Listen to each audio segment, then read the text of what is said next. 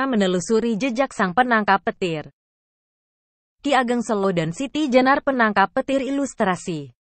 YouTube Anthony Garcia Syahdan. Ada orang-orang mulia, waliullah, yang menguasai ilmu menangkap petir ini. Bahasa Jawa. Bledek. Dikatakan, ketika zaman pemerintahan Wali Songo dulu, Ki Ageng Selo dan Syekh Siti Jenar adalah dantara yang mempunyai kesaktian ilmu yang sangat tinggi. Dikatakan juga beliau-beliau menggunakan kesaktian ilmu untuk mengislamkan orang-orang di Jawa pada waktu itu. Ki Ageng Selo atau sering juga disebut dengan Syekh Abdurrahman adalah salah seorang tokoh penyebar Islam di tanah Jawa. Beliau masih memiliki garis keturunan dengan Raja terakhir Majapahit, Brawijaya VII, dan juga merupakan cikal bakal Raja-Raja Mataram Islam. Panembahan Senopati Raja pertama Mataram Islam adalah salah satu cicit Ki Ageng Selo. Meskipun darah bangsawan mengalir dalam diri Ki Ageng Selo, beliau lebih memilih untuk hidup sederhana sebagai seorang petani di samping sebagai seorang panutan bagi lingkungannya sebagai seorang pemuka agama. Selain itu, Ki Ageng Selo juga dikenal memiliki kesaktian luar biasa. Salah satu kesaktian Ki Ageng Selo adalah bahwa beliau mampu menangkap petir bledek. Bahasa Jawa, sehingga Ki Ageng Selo juga dikenal sebagai sang penakluk petir. Dikisahkan suatu hari, Ki Ageng Selo sedang mencangkul di sawahnya yang terbentang luas. Namun mendadak, hari yang cerah tersebut tiba-tiba berubah mendung. Dan dalam waktu singkat, datanglah bunyi petir yang menggelegar. Semakin lama petir itu seolah bertambah mendekat. Bahkan menyambar-nyambar di atas kepalanya yang hanya berpenutup kaping. Sebagai murid Sunan Kalijaga, sudah berulang kali Ki Ageng Selo mengucap Subhanallah agar petir yang menyambar itu berhenti. Namun petir tersebut tetap menggelegar, bahkan ketika hujan sudah turun dengan derasnya. Hingga ketika petir itu hendak menyambar kepalanya lagi, Ki Ageng Selo dengan sigap kemudian menangkapnya. Dan terjadilah perkelahian hebat di tengah sawah dalam guyuran hujan. Hingga akhirnya petir dapat dikalahkan. Dan kemudian diikatkan pada sebatang pohon gandri di pinggiran persawahan. Dan sepertinya, kepercayaan itu masih berkembang hingga sekarang. Ketika menyebut nama Ki Ageng Selo, maka yang teringat dalam benak orang Jawa adalah sosok sakti yang mampu menangkap petir. Syekh Siti Jenar atau disebut Syekh Lemah Abang adalah pada suatu hari. Datanglah seorang mengolok-olok seraya menantang Syekh Siti Jenar untuk mendatangkan petir. Syekh Siti Jenar menyambut tantangan itu.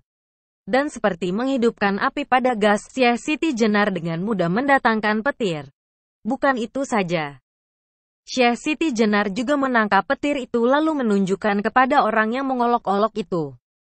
Petir itu kemudian dilemparkan ke sebatang pohon lalu pohon itu terbakar. Orang yang melihat kejadian itu terus terdiam. Terpana terbata karena kagum dengan kehebatan Syekh Siti Jenar. Mereka juga dikatakan memeluk Islam selepas menyaksikan kejadian itu. Sebenarnya, terdapat banyak lagi cerita mengenai Syekh Siti Jenar dan kesaktiannya. Menangkap petir sebagai metafora kisah terkenal dicatat dalam karya-karya sastra Nusantara. Di antaranya Babat Tanah Jawa. Sebagai karya sastra, sudah umum jika banyak menggunakan bahasa-bahasa kiasan, seloka. Penggunaan kata-kata metafora perlu disimak dengan seksama. Disinilah uniknya bahasa sastra. Selalu setiap kata perlu kita curigai memiliki pesan tersirat. Analisinya adalah upaya menyembunyikan pesan karena maksud tertentu. Bisa berupa maksud penghormatan karena pamali atau tabu menceritakannya. Karena ketakutan karena ancaman jika menjelaskan secara langsung, karena tekanan politik, agama, dan lain-lain. Kisah sebagaimana sebuah teks merupakan sebuah buku terbuka yang dihamparkan di hadapan kita. Kita bisa membacanya secara tekstual maupun secara metaforis. Seperti pada cerita di atas. Ketika kita membaca kisah tersebut secara tekstual maka yang kita dapatkan adalah sebuah cerita luar biasa tentang kesaktian seorang tokoh di masa lalu untuk tidak mengatakannya sebagai sebuah kisah yang dilebih-lebihkan. Namun ketika kita mencoba membaca kisah tersebut sebagai sebuah metafora, maka mungkin kita akan mendapat hikmat dan belajar lebih banyak dari kisah tersebut. Analisisnya bahwa Ki Ageng Selo, murid Sunan Kalijaga, baca pengikut Sunan Kalijaga, dan Syekh Siti Jenar saat itu menjadi perhatian penguasa Demak. Di saat penaklukan Majapahit hingga runtuhnya Majapahit, Sunan Kalijaga dan Siti Jenar tidak terlibat dalam penghancuran Majapahit. Selanjutnya Ki Ageng Selo, pengikut Sunan Kalijaga, dan Siti Jenar lebih hati-hati dalam berperilaku setiap hari bahkan dalam mendakwahkan ajaran Islam. Kehati-hatian ini bukan karena gangguan umat non-muslim, tetapi justru dari Demak yang muslim. Penyebabnya adalah politik strategis. Fakta ketidakterlibatannya dalam penghancuran Majapahit. Sunan Kalijaga diutus Raden Patah untuk melobi Prabu Brawijaya dalam pelariannya di Belambangan, sesaat sebelum menyeberang ke Bali. Baca di balik runtuhnya kerajaan Majapahit, Hidden Story, Ki Ageng Selo, juga Sunan Kalijaga dan Siti Jenar menjadi perhatian banyak orang. Sering terdengar suara-suara sumbang, desas-desus terhadap mereka.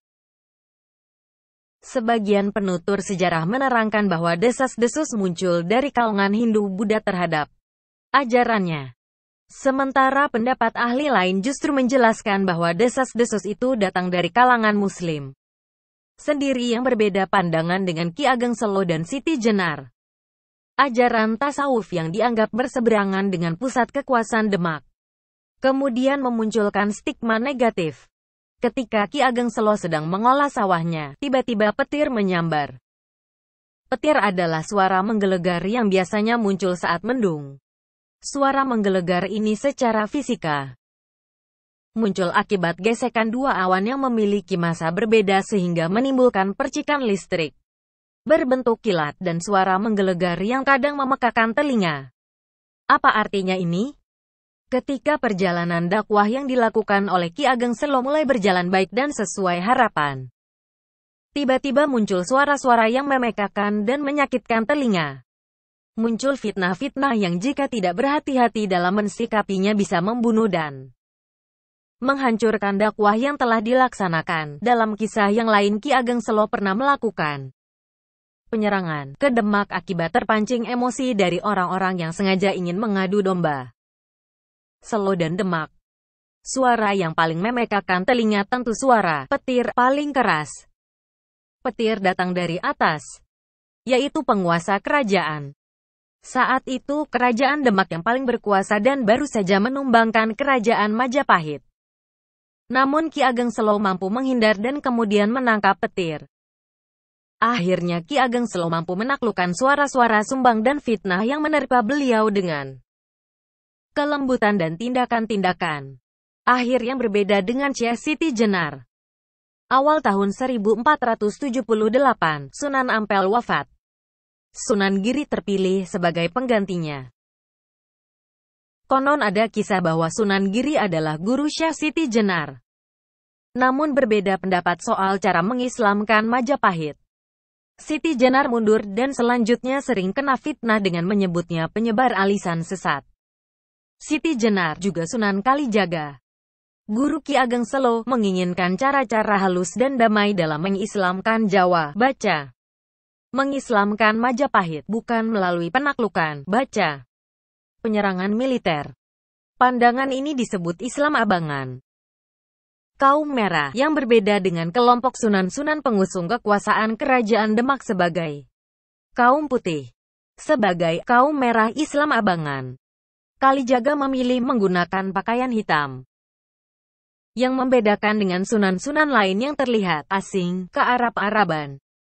Pusat Majelis Ulama Jawa kini berpindah ke Giri Kedaton. Dan, pada waktu inilah peristiwa tragedi Syekh Siti Jenar terjadi. Syekh Siti Jenar dipanggil ke Giri Kedaton dan disidang oleh Dewan Wali Sangha di bawah pimpinan Sunan Giri. Walau tidak mengakui keberadaan Majelis Ulama Jawa, beliau tetap hadir. Beliau dituduh telah menyebarkan aliran sesat.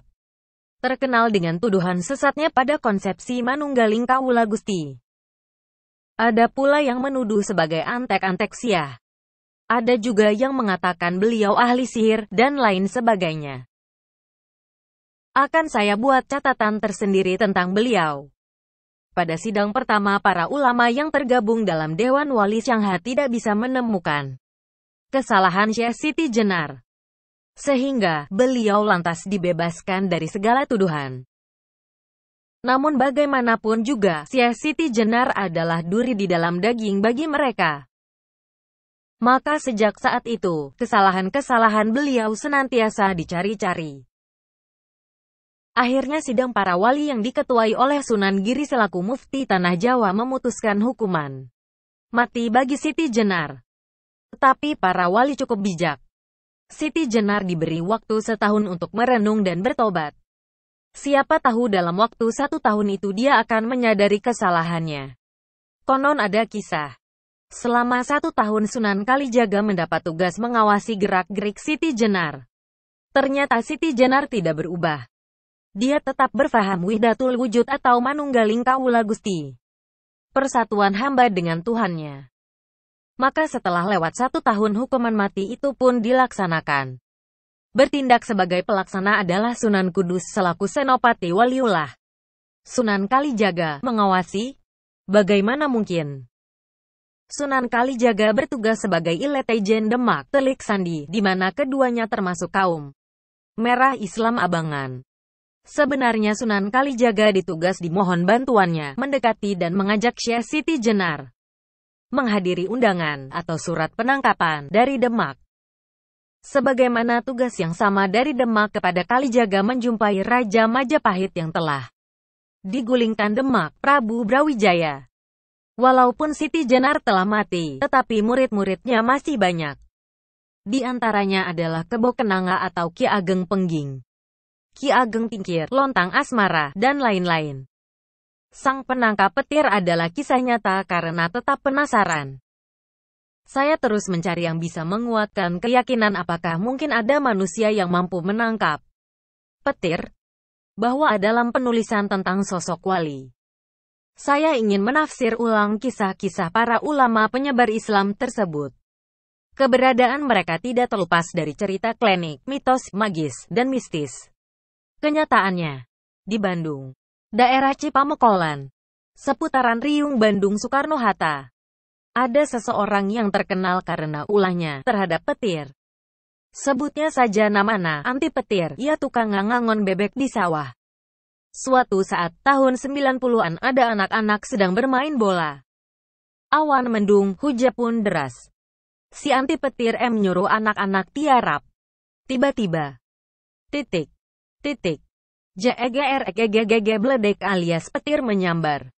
Anak-anak sontak menutup kupingnya yang terasa sakit akibat mendengar suara petir. Tiba-tiba. Titik. Mereka kaget, melongo. Lalu ngakak. Apa yang terjadi? Si anti petir hampir bugil. Karena bajunya hancur. Ternyata dia tersambar petir. Ajaibnya dia masih hidup. Kok bisa? Saya pun tak mengerti. Konon ia punya ilmu membasangkan Prabu Cakrabuana Cirebon, hingga dia punya kemampuan anti petir. Kejadian dia disambar petir telah berulang kali. Subscribers to Bumi.